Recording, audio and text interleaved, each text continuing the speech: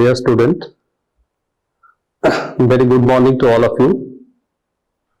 Today we are going to discuss one of the important problem in quantum mechanics, which has been included in the 5th semester of West Bengal State University. I am Amitabha Bhaduri, Assistant Professor, Department of Physics, Rashtraguru Srinath College, Barakpur, Calcutta 700122. I have already mentioned that barrier problem in quantum mechanics is considered to be one of the most important portions of the syllabus which has been prescribed by the West Bengal State University, and it is included in 5th semester of BSc Physics Honours curriculums. We have quantum mechanics, that is the introductory portion of the quantum mechanics in the 4th semester,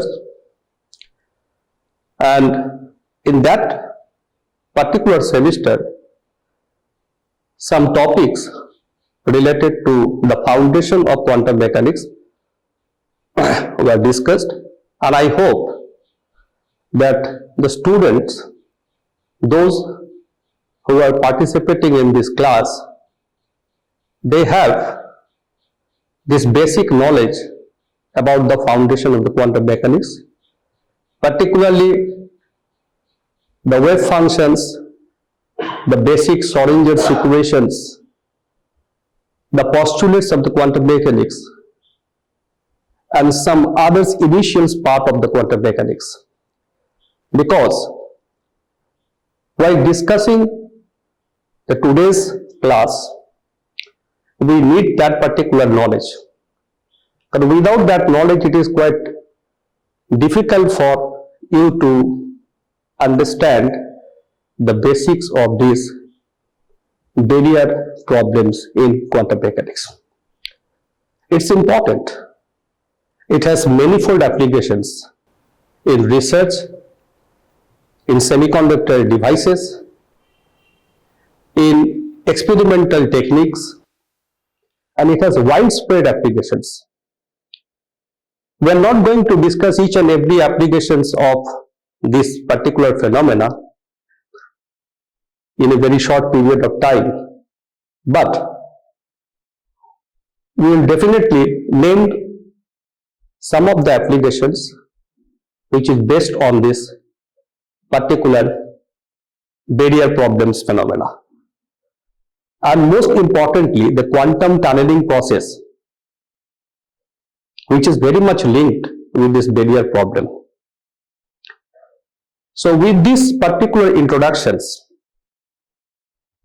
let me introduce our today's topics, and that is the quantum tunneling process or the barrier problems in quantum mechanics. So let me start with the first diagrams that's we are seeing here. Now here we see a state barriers, and that is the potential barriers. Look at the potential profiles here. Now this is along x-axis, you see. Now this is x0 point. Now here we have plotted the potential with the distance.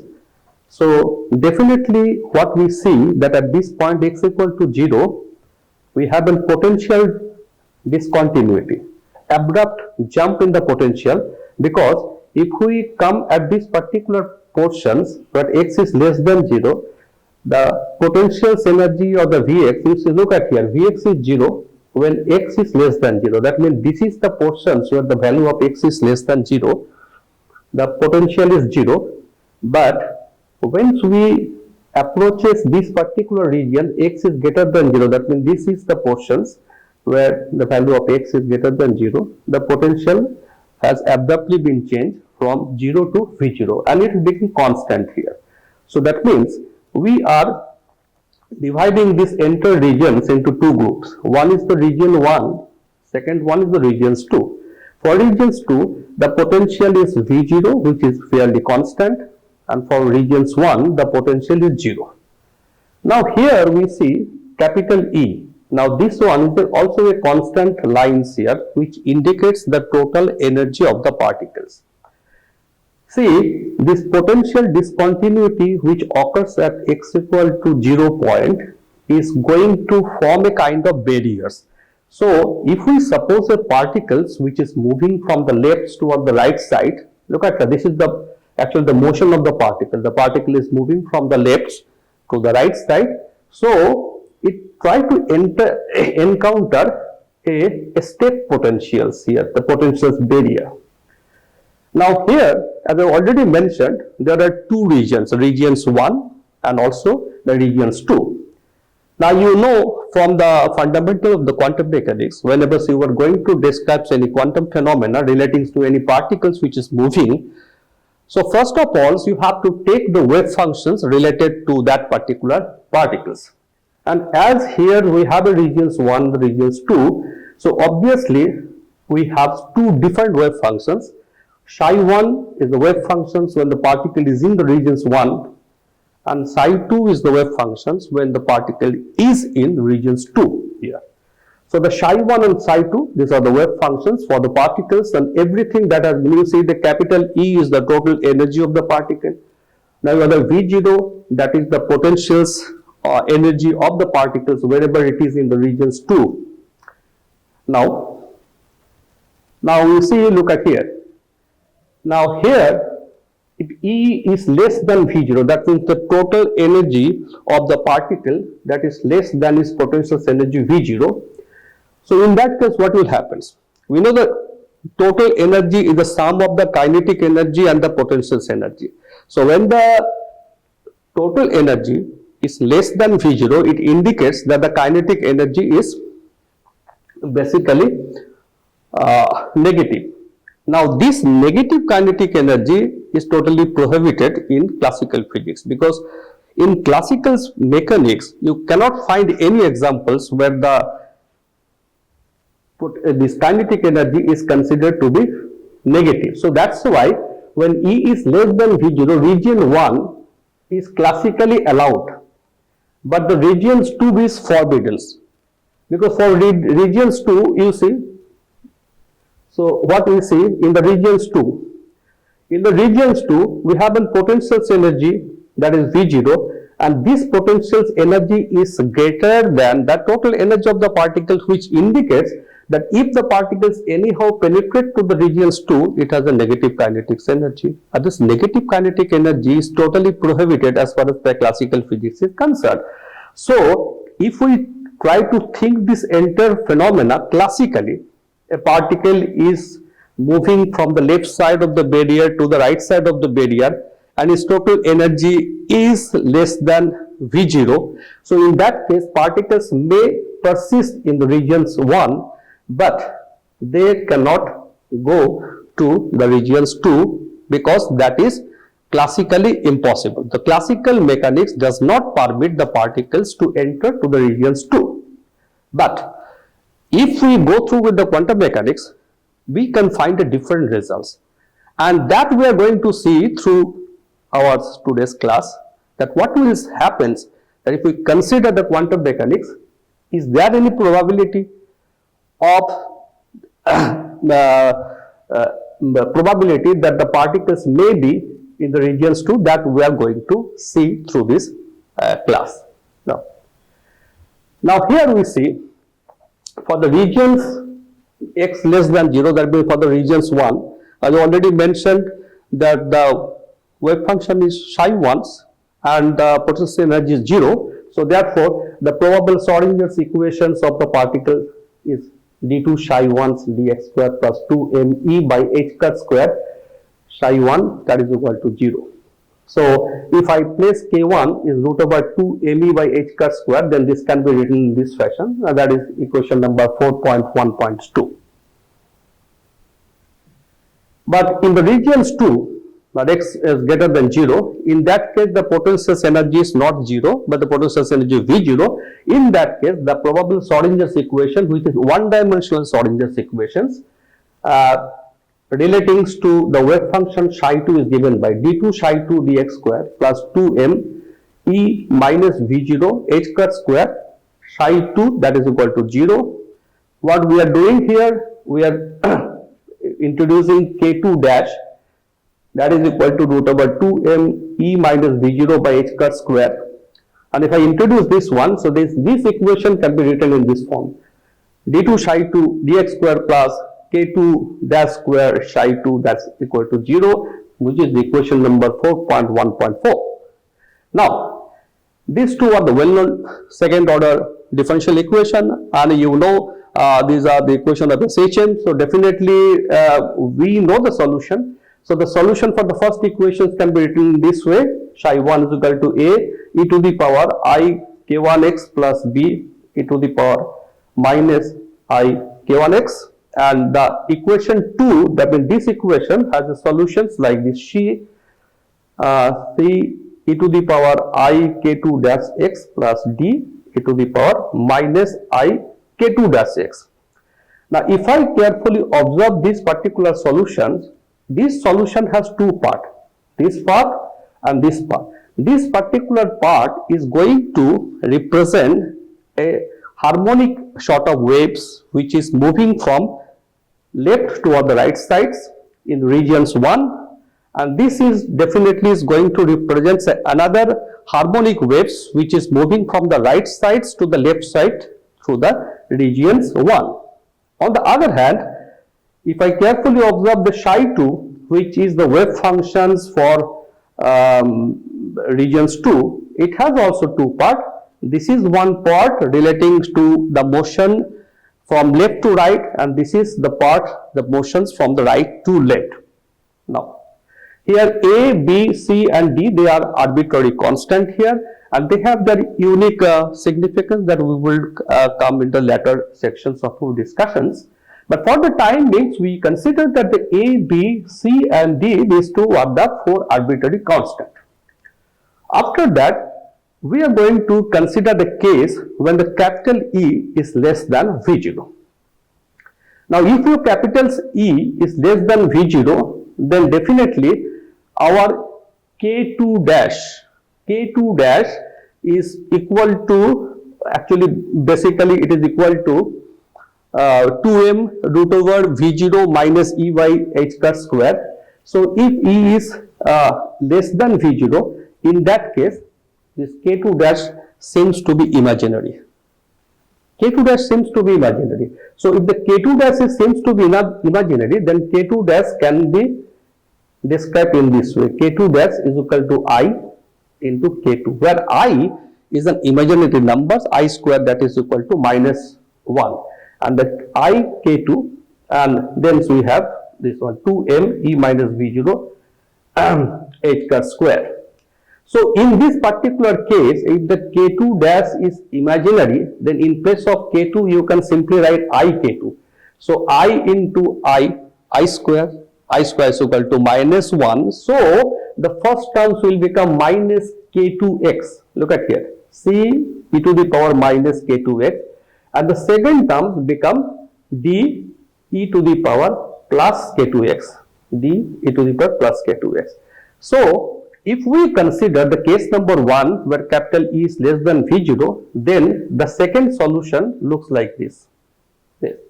First part and the second part.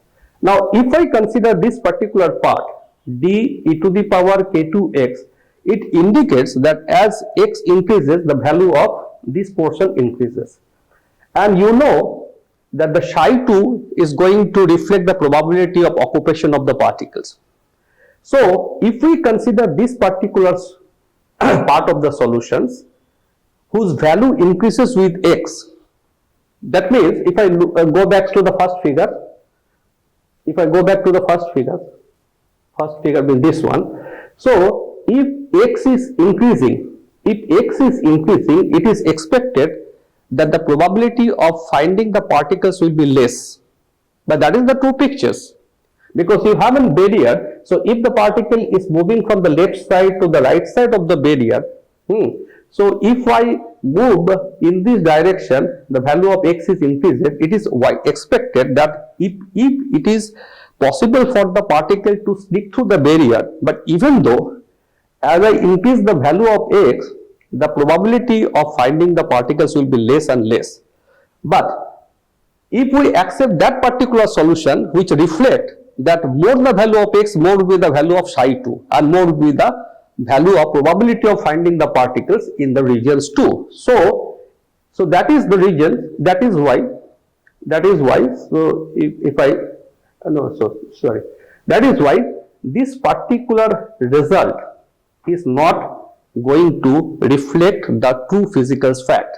So that is why we have to neglect these possible solutions by neglecting the value of capital D. So we can put the value of capital D to be equal to 0. So if I put D equal to 0, then obviously this will be eliminated and we have psi 2 is equal to only this part. So the probable the solutions for the psi 1 was given, and this is the probable solution for the psi 2, which is going to reflect the scenario here when the total energy of the particles is capital E, which is less than V0. After this, you know that whenever we have psi 2 and whenever we have psi 1, these two wave functions, they are going to follow the statutory boundary conditions. Definitely, because that has been prescribed in the postulate of the quantum mechanics, that the wave function should be continuous at the point of potential discontinuity, that with x equal to 0 is the point of potential discontinuity, where the wave function should be continuous. So where it is expected that psi 1 0 should be equal to psi 2 0. Similarly, the first derivative of the psi 1, that is the del psi 1 del x, that should also be continuous at the point of potential discontinuity. Our point of potential discontinuity is x equal to 0, so it is expected that psi 1 0 should be equal to psi 2 0. On the other hand, del psi 1 del x, that should be equal to del psi 2 del x at x equal to 0 point. So these two are the boundary condition. So if I apply this boundary condition to psi 1, expression for psi 1 and psi 2, then from the first boundary condition we are getting this result, a plus b, that is equal to c.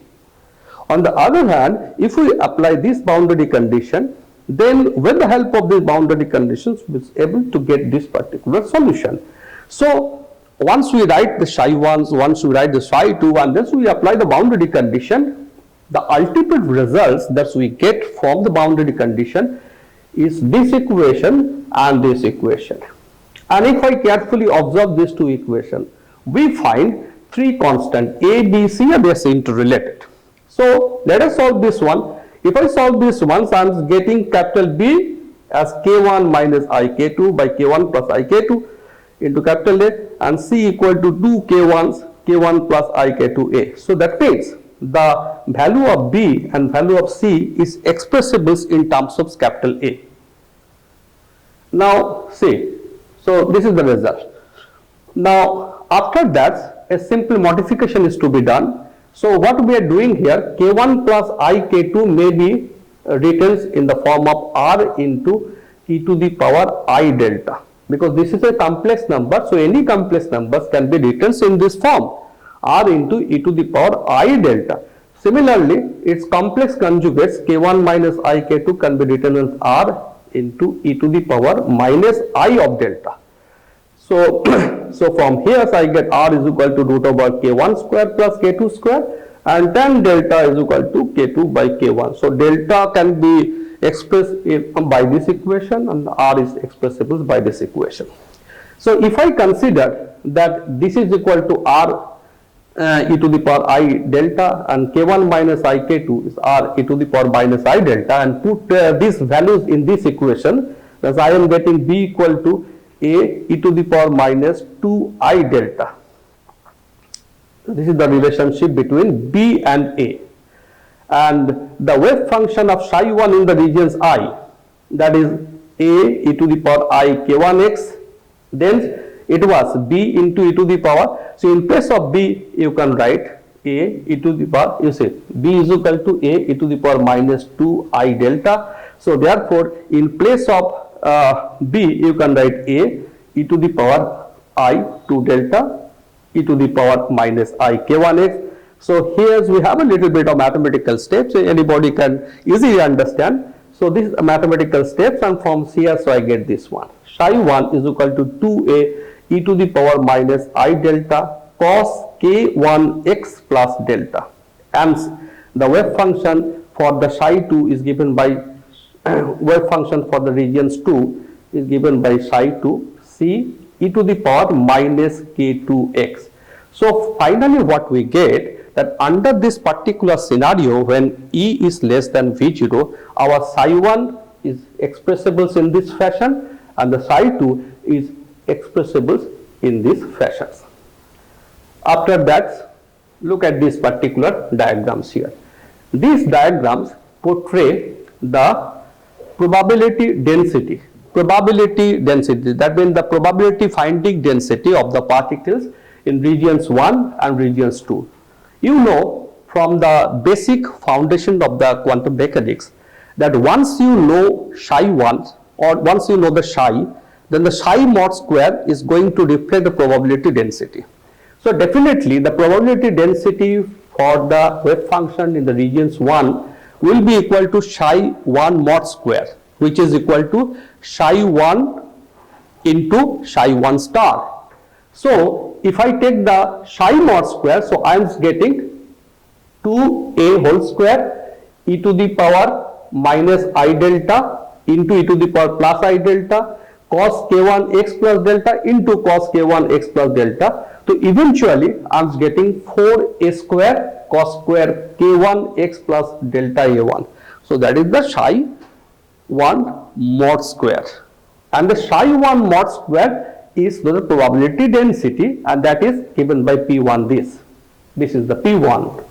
On the other hand, for the regions 2, psi 2 is this, and so psi 2 mod square is nothing but the square of this one, so it will be c square e to the power minus 2 k2x, which is written here.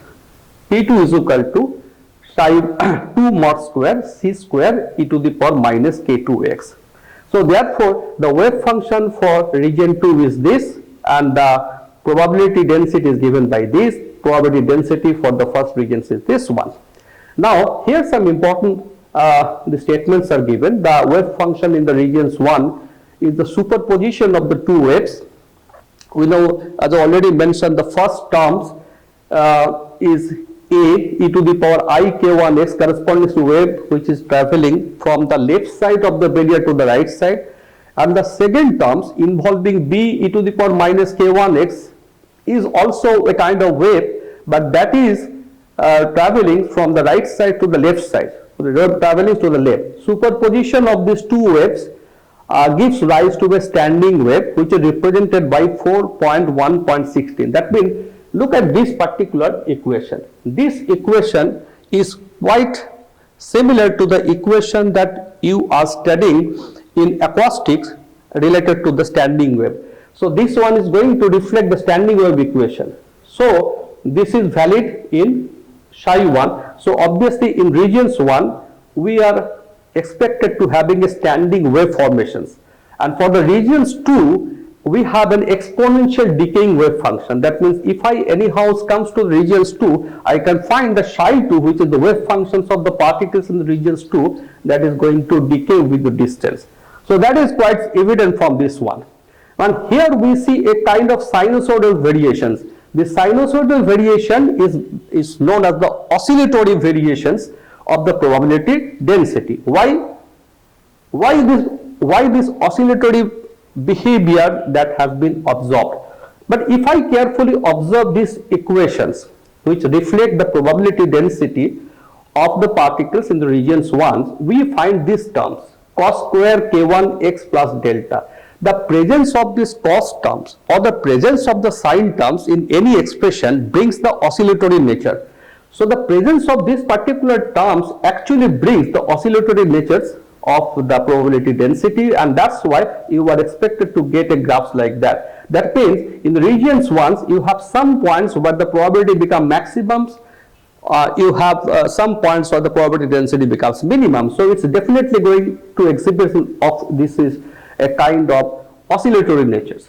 But on the other hand, if it comes to the regions 2, in that case it has no sine terms, it has no cos term, but it has exponential decay in terms which reflect. But if it anyhow enters to the regions 2, then the probability density is going to fall as the value of x increases. Okay. So from this we conclude that the wave function given by equation 4 power 1.16 describes the situation in which a particle incident from the left is reflected back by the potentials Hill, and this behavior is analogous to the classical behavior of electromagnetic waves at the metal surface. So what do we see here? The psi 1s, they have psi 1, they have the incident part as well as the reflected part. Why reflected? Because when the particle is traveling from the left to the right, so it is going, so this one is the incident part of the wave, but here they are going to face a potential discontinuity in the barrier. So then this, when the wave is traveling in this direction, that is considered to be the reflected part, and whose amplitude is given this capital V here.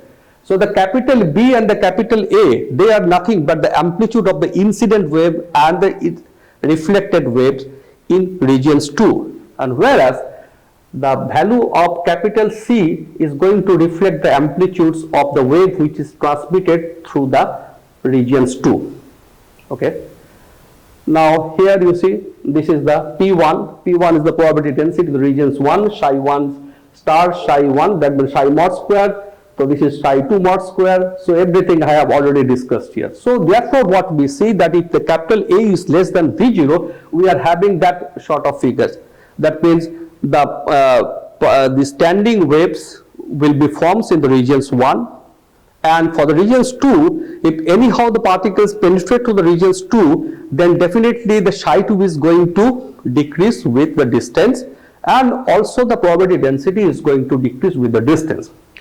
Now try to understand the things when the capital E is greater than V0, that means the total energy of the particle that is greater than its potential energy. In that particular context here, the expression for psi 1 will be same, because there is no way that it will be changed, because the expression of the psi 1 will be does not depends on whether E is greater than V0 or the E is less than V0.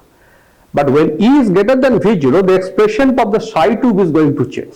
Psi 2 was C e to the power I k2x k2 dash x plus d e to the power minus I k2 dash x. So in this context, as I already mentioned, the value of d is 0, because there is no chance for the particle to reflect back in the regions 2. So obviously the value of the d is 0, and so we have c e to the power I k2x, and then d is 0. So ultimately what we get, that psi 2 will now become c e to the power I k2 dash x.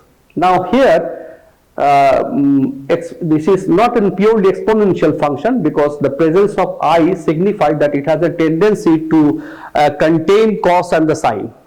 So, okay.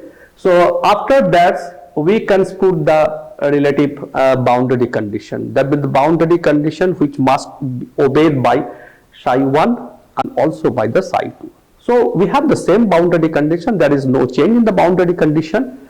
So psi 1 0 is equal to psi 2 0, and d psi 1 dx x equal to 0 equal to d psi 2 dx x equal to 0. So if I put this boundary condition to the expression of psi 1 and psi 2, we are expected to get these two equations, a b equal to c, a plus b equal to c, k1a minus k1b equal to k2 dash c. And once we solve this one, then we can express b and c in terms of a in these fashions. B is equal to this one, k1 minus k2 dash by k1 plus k2 dash into capital A, and c equal to 2 k1 by k1 plus k2 dash into capital A. After that, now here this is quite interesting here. This is the first time we are introducing few these terms Ji, Jr and Jt. What is Ji? I signify the incident wave, R signifying the reflected wave, and T signifies the transmitted wave.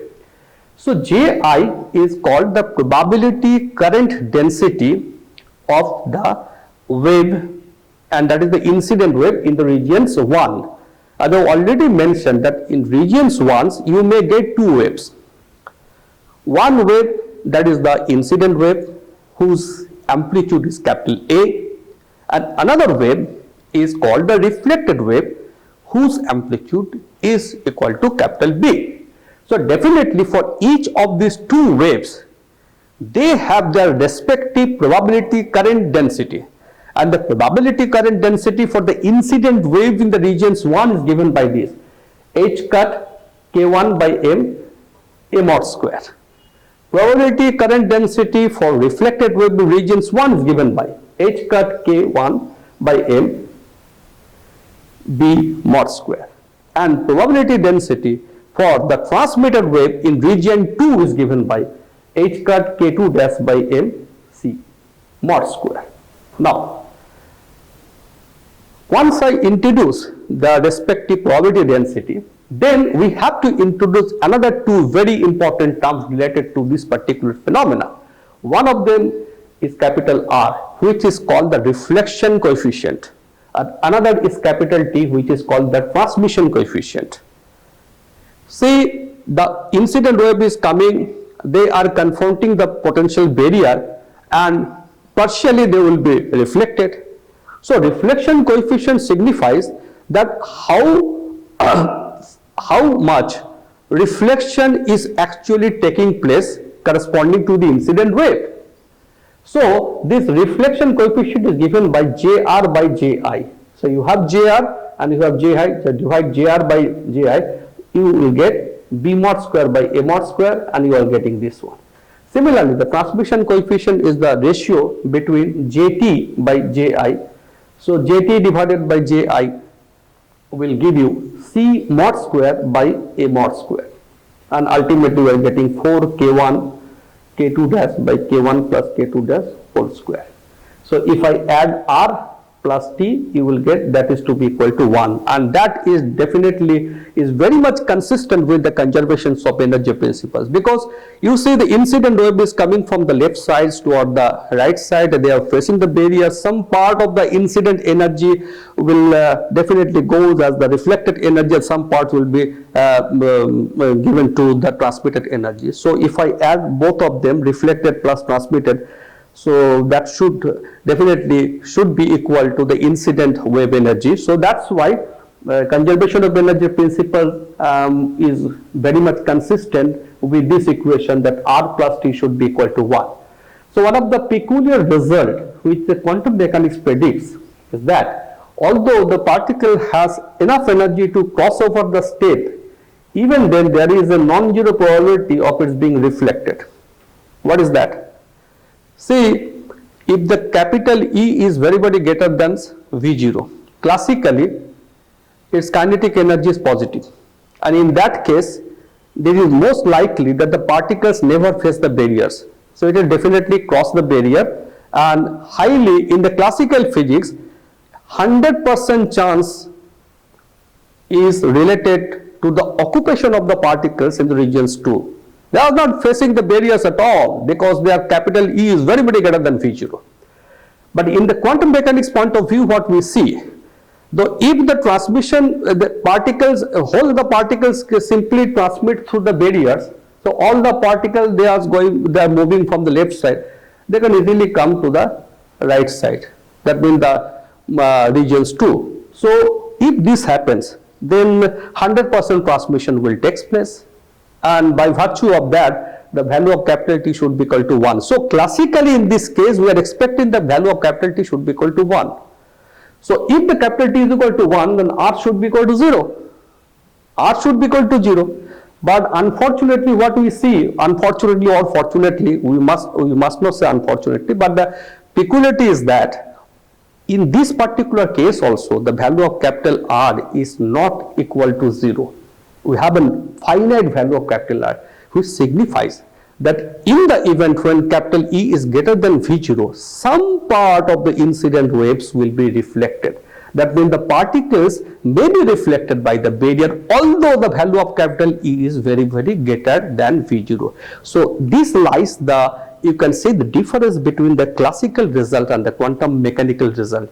Classical result is telling you something which is totally challenged by the quantum result. The quantum result is telling you in this case also there is some finite probability that the particles may be reflected back in the regions 1 by the potentials barrier. Now, after that we come to the main effect, and that is called the tunnel effect, and that is the potentials barrier. So here also we see there is a potential variation. So definitely, so the potential profiles will be given. We have three regions now. A regions where x is less than 0, that is the regions 1. Here another regions is there, that is the value of x is less than capital L but greater than 0, that is regions 2, where the value of the potential is fairly constant, that's capital V. Here the value of potential is 0, and here the x value is greater than L. Here the value of potential is also 0. So there are two regions, regions 1, regions 2 and regions 3. For regions 1 the potential value is 0, for regions 2 the potential value is V, and regions 3 the potential value is 0. So now see, this is the figures here. So look at it. This is x equal to 0 point and this is x equal to L point. So if I move from this particular point towards this point, so if I come here, then this distance is capital L, and this is a point where we see the potential is previously 0, now abruptly it changed to capital V. Then it continues to capital V and then suddenly falls to 0 again. So x equal to 0 is a point of potential discontinuity, and x equal to L is also considered to be a point of potential discontinuity. So we have a regions 1, we have a regions 2, we have a regions 3. Psi 1 is the wave function for regions 1, psi 2 is the wave function for regions 2, and psi 3 is the wave function for the regions 3.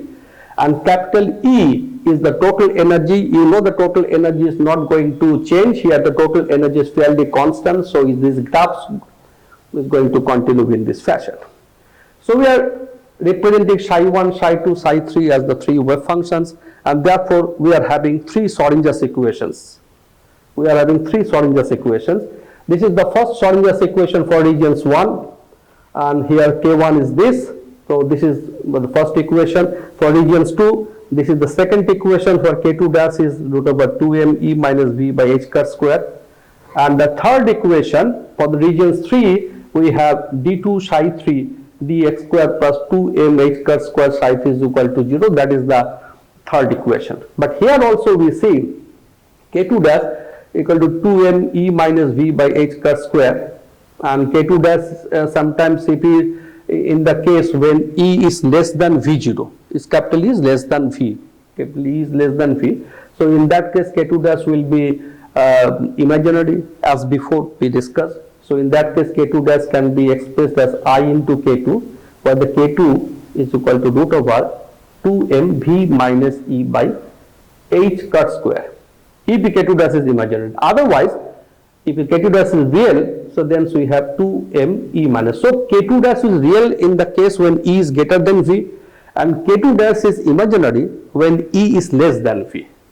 And for region 3 you have these Schrodinger's equations, and therefore we have in K3 square, and K3 is given by this one. K3 is equal to root over 2m E by h cut square, which is equal to K1.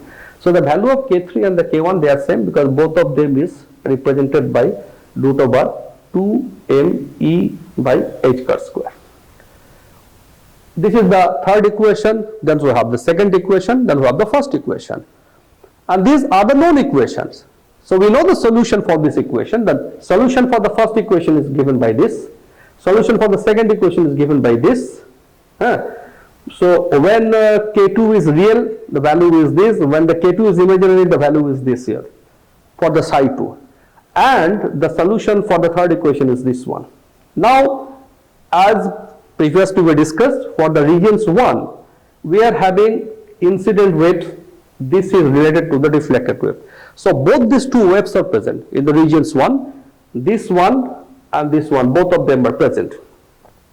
On the other hand, for the regions 2, this is a wave which is moving from left to the right side, and this one is a wave which is moving from the right to the left sides. Or you may consider this to be the wave which is moving from the left to the right side, and this one is the wave which is moving from the right to the left side. So it also contains two waves here. But for the regions 3, which is the extreme regions, here mathematics is telling you that you have two basic solutions. It's a linear equation, so their linear combination gives rise to the psi 3. So this is the first solution, but this is the second solution. This first solution is signifying that here here you see this particular, the terms ik1 corresponding to a wave propagating in the positive direction of x-axis, and e to the power minus I k1x to a wave propagating in the opposite direction. In the regions 2, there must be only one wave that has penetrated through the barriers and is propagating from left to the right. So that means in the regions 2, but the psi 2, you have only a single wave which is moving from left to the right. Therefore, must have the only one wave that is penetrated through the barrier and is propagating from the left to the right. We must therefore assume G equal to 0. G equal to 0 means that this part is considered to be equal to 0. Psi 3 contain only this part, psi 3x equal to f e to the power ik1 y, because coming down to the figures here, see, if anyhow the particle is sneaked through is moving from this point to this point, when it comes here, so then when it is traveling through these regions 3, you don't have any other potential discontinuity which may reflect this particle. So if the particle enter to the regions 3, it has only a wave which is moving from left to the right side. It has no wave which can move from the right to the left, because the reflection does not take place in the regions 2. So that is why this capital G happens to be 0. Then so capital C. So capital G, just a minute. So capital G is 0. So you have psi 3x is equal to f e to the power I k1x. So psi 1x is this. Psi 2x, either you can go with this or you can go with this, but the psi 3 you have G is 0, so you have only this f e to the power I k1x. Then I have already mentioned that x equal to 0 is a point of potential discontinuity, and we are expected to have boundary condition which is being obeyed by psi 1 and psi 2. So therefore this is the boundary condition related to x equal to 0 point in between psi 1 and psi 2. Psi 1 0 is equal to psi 2 0, d psi 1 x, d psi 1 dx if x equal to 0 is equal to d psi 2 dx x equal to 0. On the other hand, x equal to L is another point of potential discontinuity. So when we reach the x equal to L point, in that case also it is expected to have boundary condition in between the wave function psi 2 and psi 3. So psi 2L should be equal to psi 3L, and d psi 2 dx x equal to L is equal to d psi 3 dx x equal to L. So you are getting now 4 boundary conditions. 1, 2, 3, 4. So if we apply this boundary condition to the expression of psi 1, to the expression of psi 2, or expression of the psi 3, you are getting this 4. You are getting this 4 equation. 1, 2, 3, 4. Just and as I already discussed that we know A, then we know B, then we have C, then we have D, and then we have just a minute, A, B, C, D, and then we have an F here, A, B, C, D, F. Now come back to the transmission coefficient.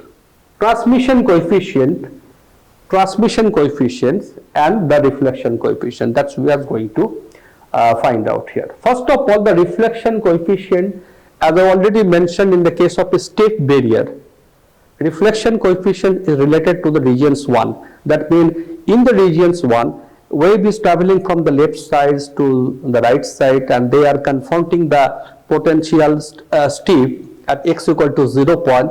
Some part of the incident wave gets reflected by this potential discontinuity, so which brings a kind of, you can say, the reflection coefficient. And the reflection coefficient, as before, is given by JR by JI, and JR is given by h cut k1 m b mod square by h cut k1's m a mod square, and therefore b mod square by a mod square, so b by a star b into a.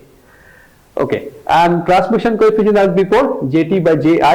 Now jt is related with the transmitted wave in the regions 3, so we have taken the amplitude of the transmitted wave in the region 3, and that is capital F. So capital F mod square by capital A mod square.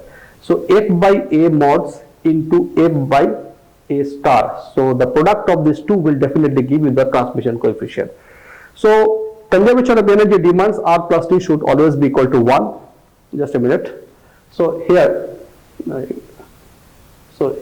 see, expression for F mod square by A square. So little bit of mathematics is needed, so we are not going to discuss the mathematical steps here, but if you do little bit of mathematics, so you can find the value of F mod square by A square looks like this, the value of B mod square by B A square looks like this here. Okay, on simplifications, if I simplify this one, then the transmission coefficient looks like this one, and the transmission coefficient, substituting the value of K1 and K2, you know the value of K1 and K2, they are related with the E and V. If you substitute the value of K1 and K2, then the transmission coefficient looks like this one, 1 plus V square sine hyperbolic square K2L by 4E V minus E to the power minus 1. And the expression for the coefficient of the reflection, the capital R, is given by, just a minute, putting the value of K1 and K2, the R looks like this, 1 plus 4E V minus E V square sine hyperbolic square K2L.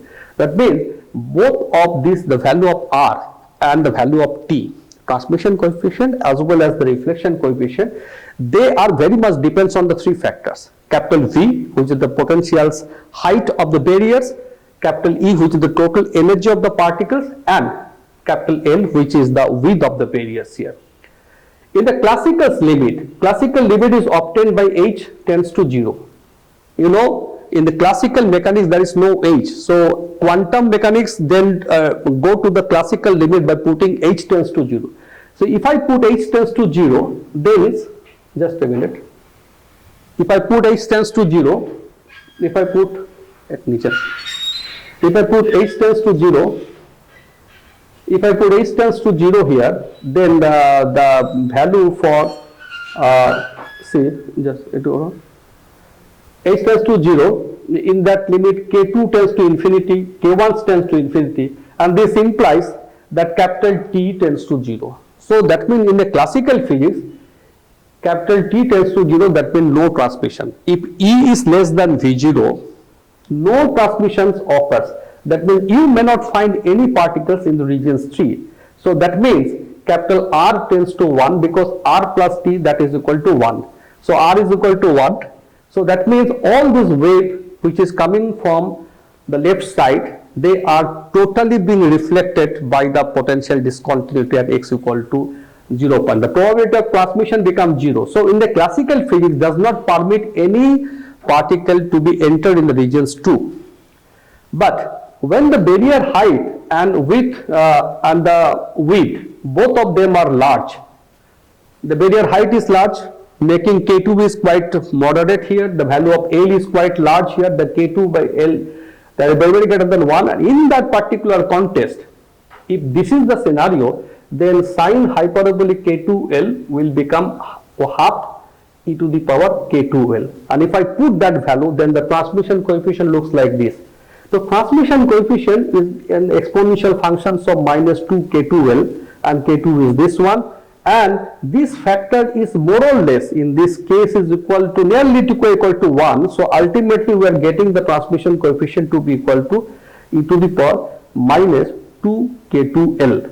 2k2l. Here we see that if we increase the value of L to be large, then the transmission coefficient will be less, the chance of transmission will be lower. On the other hand, if the value of L is more small, then the chance of transmission to the regions 3 will be more.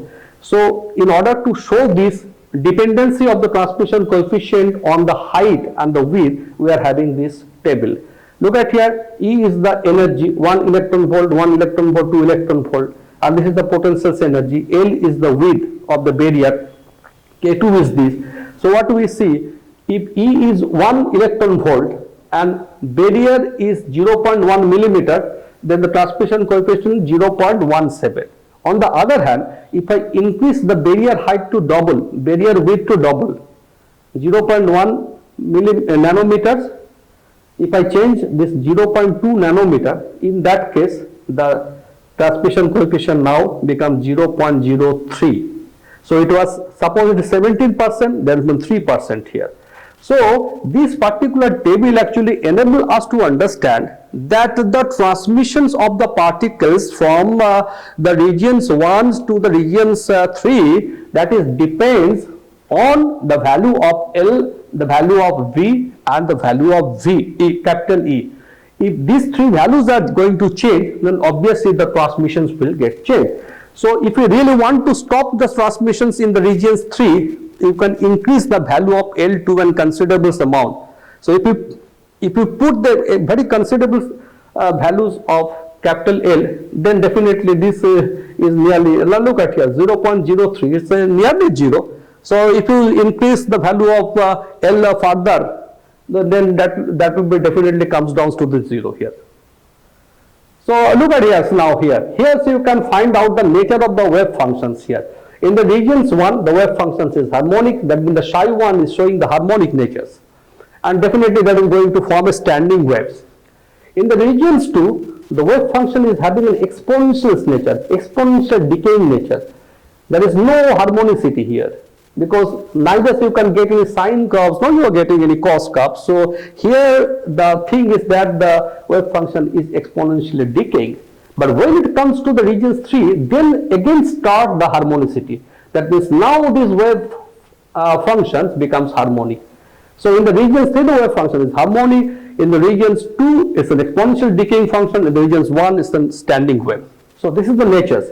Now here you see, this is the kind of a barrier which is not an, you can say, rectangulus barrier, but it's an any shaped barrier. That means this is the graph for V and this is the graph for E. So this is the point x equal to x1, this is x equal to x2, these are the 2 points, and these 2 points are known as the classically turning points, where the value of E and the E that should be equal to same, and bringing the kinetic energy of the particle to be 0. So here you see that this portion is the barrier, because this is the portions in between x1 and x2, the value of capitals E is less than the capital V here. So in this case, if the particle is moving from the left side, they are going to face this barrier having an arbitrary shape. In that case, the mathematical results can help us to find out the transmission coefficient. In that case, the transmission coefficient looks like this. T is equal to e to the power minus 2 h squares integration x1 to x2 root over 2 mv minus x dx. So that is the results which anybody can derive this result by consulting some standard book of quantum mechanics which is available in the market. On the libraries you can take some books. James Cameron's book is one of the most important quantum mechanics book from here, so you can find out these calculations. After that we find out R and T in the event when capital E is greater than V. So when the capital E is greater than V, in that particular case, the value of R and value of T will be given by this, and in that case K2 is become that is imaginary, and it looks like I into beta, where the beta is equal to this one, and ultimately the value of R will be this and the value of T will be this. Okay. Now look at here. if E is approaches V, that is the total energy is simply equal to the capital B, the potential energy. In that case, the beta tends to 0, and in that case, sine beta L is equal to beta L, and T is equal to 1 plus 1 mv L square by 2 h car square. This one, and in this case, just coming down here, and you see, if the T is very much depends on V square sine square beta L. Okay. So if I anyhow put sine square beta L that is equal to 0, suppose if sine square beta L is 0, suppose in that case the value of T will be equal to 1. So this is a quite extraordinary case where the sine beta L that is equal to 0. So if sine beta is equal to 0, in that case the T is equal to 1. T is equal to 1 means the particles can easily sneak through the barrier. Particles will never face the barrier because it is the case where the total this barrier becomes entirely transparent. The particle is moving from the left sides in the regions 1, they can easily pass through the regions 2. They are not facing any barrier, but in order to have that particular situation, sine beta L should be equal to 0. And sine beta L 0 means beta L should be n pi, and that means beta L square is equal to this, and ultimately n is equal to n lambda by 2. So this one is an important phenomena. That means if the width of the barrier is an integrals multiples of lambda by 2, in that particular case, capital T that will becomes equal to 1, and the particle does not face the barrier, and this is a phenomena which is a very important phenomena. This is called resonance scattering. That means the particles can easily pass through the barrier, it cannot fill the barriers at all. But for that we have these situations. Then we have a beta square. Okay. These ones. This is the minimum kinetic energy, and let's go through. And when E decreases below V, then T decreases monotonically. So this is the last part of our discussions here. The mathematics is quite easy and anybody can follow this mathematical result. Quite interesting diagrams that we are seeing from this particular graph. Here the transmission coefficient is plotted against E by V, that means the ratio of total energy by potential energy. If E by V is equal to 1, that means here, so when E is 0, the graph started from here, what we see that more the value of E by V, the graph, the transmission energy is going to increase, and then it comes here and then it start oscillating. You see, this is an oscillation. This is an oscillation. This oscillation occurs when the E by V ratio is greater than 2, then they start oscillating in this way. And eventually it has a tendency to grasp this particular lines, that is equal to 1, the transmission coefficient is equal to 1. Next. Now this is the last portion. This portion we see the transmission coefficient that is now being plotted against the barrier width. The barrier width. The transmission coefficient is plotted against the barrier width. Interestingly, barrier width, they have a certain determined value, prefixed value. For example, if L is equal to pi by beta or 2 pi by beta or maybe 3 pi by beta, in that case what we see, the transmission coefficient simply touches the one line. That means the barrier, when the L is equal to pi by beta, capital T is equal to 1. It signifies that the particles never encounter the barrier when the value of L is equal to pi by beta. On the other hand, 2 pi by beta, the same things happens, but if in between them the value of L is suppose pi by beta to 2 pi by beta, in between them, in that case the transmission coefficient is the minimum. So it's a basic oscillatory nature that is being reflected here. So the transmission coefficient is going to have an oscillatory nature. Sometimes it increases to is equal to 1, sometimes it reduces to the T means here, and this is the variation of L with the transmission coefficient. So these are the some important, you can say, the attributes regarding this important phenomena which is called the quantum tunneling process or the barrier problem. Now this barrier problem, as I already mentioned before the class, that it has tremendous applicability in the research field as well as the standardizations in the case of the equipment also. We have a scanning tunneling microscope. The scanning tunneling microscope is totally based on this tunneling phenomena. We have a tunnel diodes in electronics. That is a very important, you can say, the diode. So the explanation of the tunnel diodes can only be possible if we are going to consider the quantum tunneling process. So these are the only 2 or 3 examples, but besides that we have a huge numbers of examples. We have huge uses of this particular effect in various branches of electronics and solid state of the material science. So definitely in that respect, this one is no doubt a very, very important, you can say, the quantum phenomena. It has no classical analog. That means this is the process which can only be explained in terms of quantum mechanics of the quantum physics. You cannot explain this particular quantum tunneling process under the purview of the Newtonian physics. If you apply the Newtonian physics, definitely Newtonian physics is failed to explain this important phenomena.